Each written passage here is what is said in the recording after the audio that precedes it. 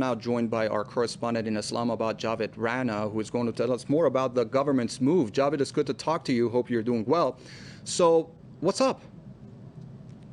Well, I think after failed security operation, after public backlash, the government was left with no option but to at least implement part of the agreement which the government had with these protesters some 5-6 months ago.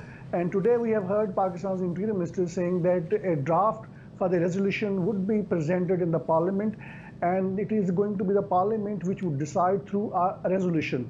Now, under the law of the Pakistan, any resolution passed by the parliament, that is not going to be binding on the government, legally speaking. But given the fact that there is so much political pressure, if the parliament passes a resolution calling the government to expel French ambassador, that would be next to impossible for Prime Minister Imran Khan to resist. So in a broader picture, I think the government, in fact, has been trying to compromise on this issue, which it appears that there is a clear divide between what government thinks and what people of Pakistan thinks. We have a history in Pakistan, historically speaking, as we have seen once again, that they are not willing to compromise when it comes to the honor of the Prophet Muhammad, peace be upon him. However, when we see the Prime Minister Imran Khan, we have heard him time and again, he has a clear one stance that if we expel French ambassador, there is going to be economic and political repercussions. And more importantly, he's been saying that all Muslim countries need to collectively respond back. This is the stance he has been taking for last couple of years, but the point is whenever there is a crisis, he speaks like this, but practically he has not been able to do anything at all. Part of the reason is that when we talk of Islamic bloc, then obviously the Arab countries are not willing to support Muslim causes the way like Pakistan, Iran, Turkey or Malaysia have been willing to do. So I don't think that the government would be able to have a collective response in a situation when the Arab countries have a proven track record that they are not very much active on the Islamic causes. But at home, the government has a lot of pressure. Dozens of people have died from the both sides. More than 800 policemen were injured, 4 of them were killed. A police station was attacked, 11 police officers were kidnapped, and then there was a street-to-street battle. That reflects what people want in Pakistan, and it seems the government is losing all options but to expel French ambassador. Let's see how things unfold in the parliament. And Javed, one more question. This expulsion is only one of the main 4 demands of the TLP. Has the government considered doing anything about the other 3 demands? Well, the other demands are not very important. Other demands include the withdrawal of government decision to lift the ban on its political activities, I think, and then the release of their arrested workers, and more importantly, their head, who remains under government custody. But the core of their demand is expulsion of the French ambassador. I think that is where the real problem lies. Government believes that if it happens, then the European Union could react in bloc. I think there appears to be an exaggeration because all these European countries have an independent foreign policy. If the French ambassador is expelled from Pakistan, I don't expect that the other European countries are going to change their foreign policy. They can in align with the French foreign policy. Everybody knows in the Europe, particularly, that the French government has been patronizing these blasphemers, and they have a peculiar interest of Islamophobia. So I think there is also what appears to be an internal agenda. There are lobbies working within the military and civil establishment, and there is a kind of a sort of, I would say, ideological agenda. You may recall in 70s there was a group, Qadiani group. It was declared as a non-Muslim.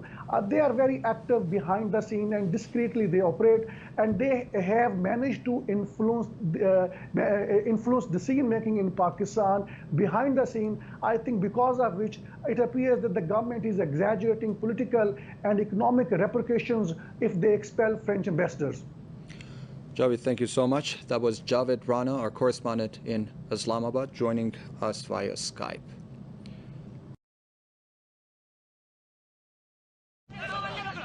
These are aftermath scenes of a failed security operation against thousands of protesters demanding the expulsion of French ambassador from Pakistan.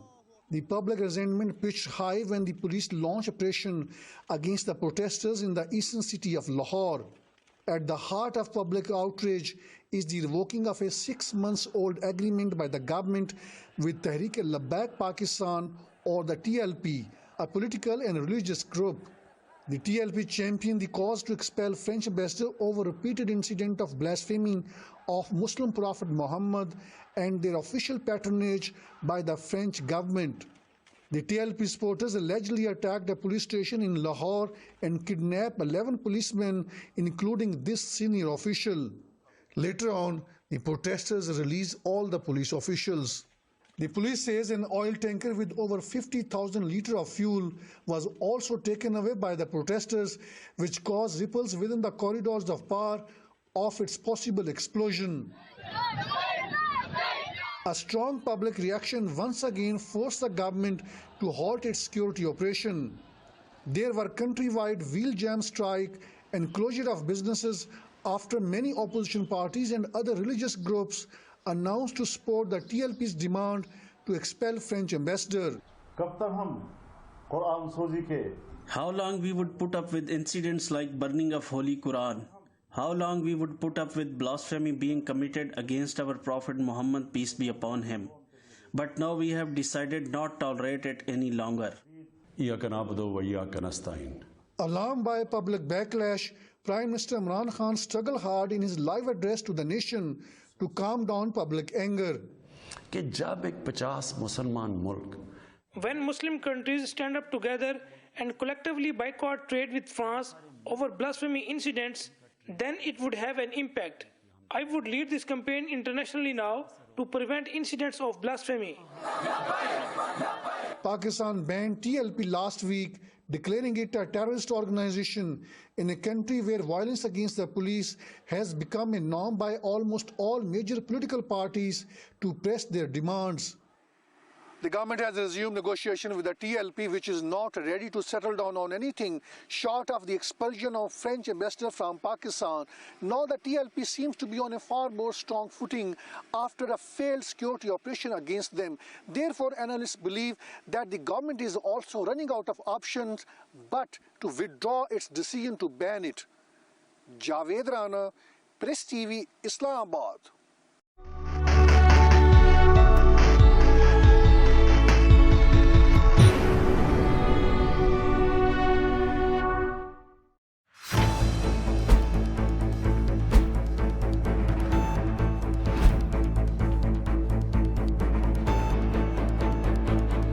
The growing tide of anti-Israel sentiments.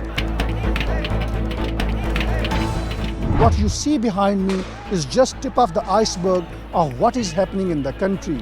More than half of $52 billion black CIA budget is spent on espionage network in Pakistan. How would you handle it? The US has looked upon Pakistan as an ally at one point and then as an enemy at the same time. That is going to be the first legal reason on the basis of which he is going to be instantly ousted by the Supreme Court of Pakistan. Joining us live, Javed Rana, who's an expert on politics and geostrategic issues. In the world politics, which is not being driven by any moral principle, it is being driven by the hard geostrategic realities. In a broader picture, more countries would aspire to have nuclear weapons.